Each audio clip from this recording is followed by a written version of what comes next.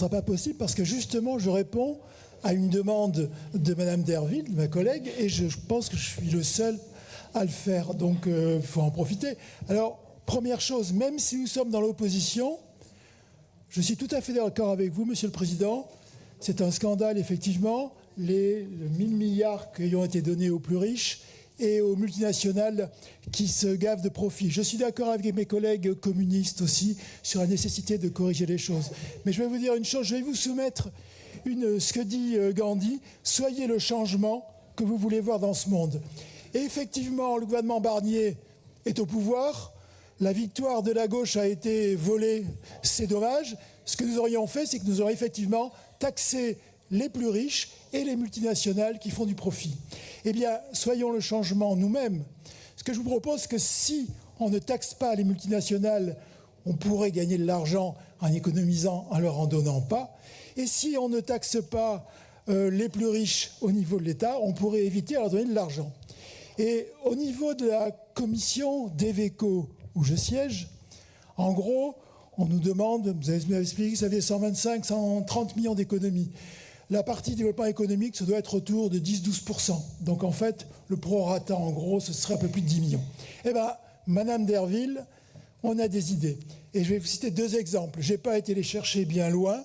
Je n'ai pas eu besoin d'aller dans les archives. Ils datent de 15 jours. Il y a 15 jours, on a voté une subvention pour une multinationale qui est Solvay, leader de la chimie, 10 milliards de chiffre d'affaires, 2 milliards de net profit. On a voté une subvention de plusieurs millions, si ma mémoire est bonne. Et donc, cette entreprise-là n'a absolument pas besoin de notre argent. Les 2 milliards de profit net, ils viennent du fait que l'Europe, comme l'État français, les arrose d'argent parce qu'ils travaillent sur les combustibles pour les batteries sèches.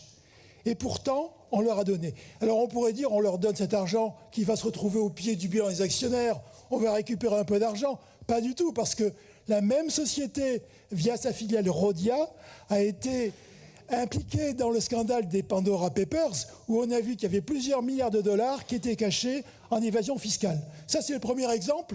On pourrait économiser genre un paquet d'argent. À l'avenir, ne le faisons plus. À l'autre bout du spectre, je vais prendre un autre exemple qui a choqué même les membres du Césaire qui étaient présents au GIA. Figurez-vous qu'il existe un grand cru qui s'appelle le Château Latour, qui appartient au milliardaire Pinault. Il a acheté une centaine de millions, maintenant ça vaut à peu près 1 milliard.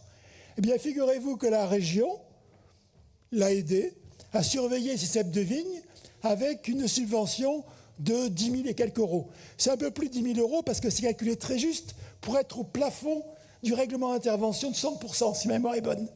Moi, je pense que ce genre d'investissement, 10 000 euros, c'est rien, me direz-vous.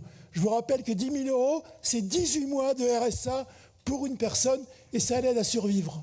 Moi, je pense que ces 2 exemples-là, ils montrent une chose, c'est que si nous voulons assumer le fait d'être de gauche, si nous disons tous que les multinationales et les milliardaires ne peuvent pas vivre sur le dos des plus pauvres, nous devons nous-mêmes l'assumer. Donc, soyons le changement que nous voulons dans le monde. Et je pense qu'ainsi, c'est une première piste déjà d'économie qui nous permettra de boucler sans pénaliser les entreprises, celles qui en ont le plus besoin.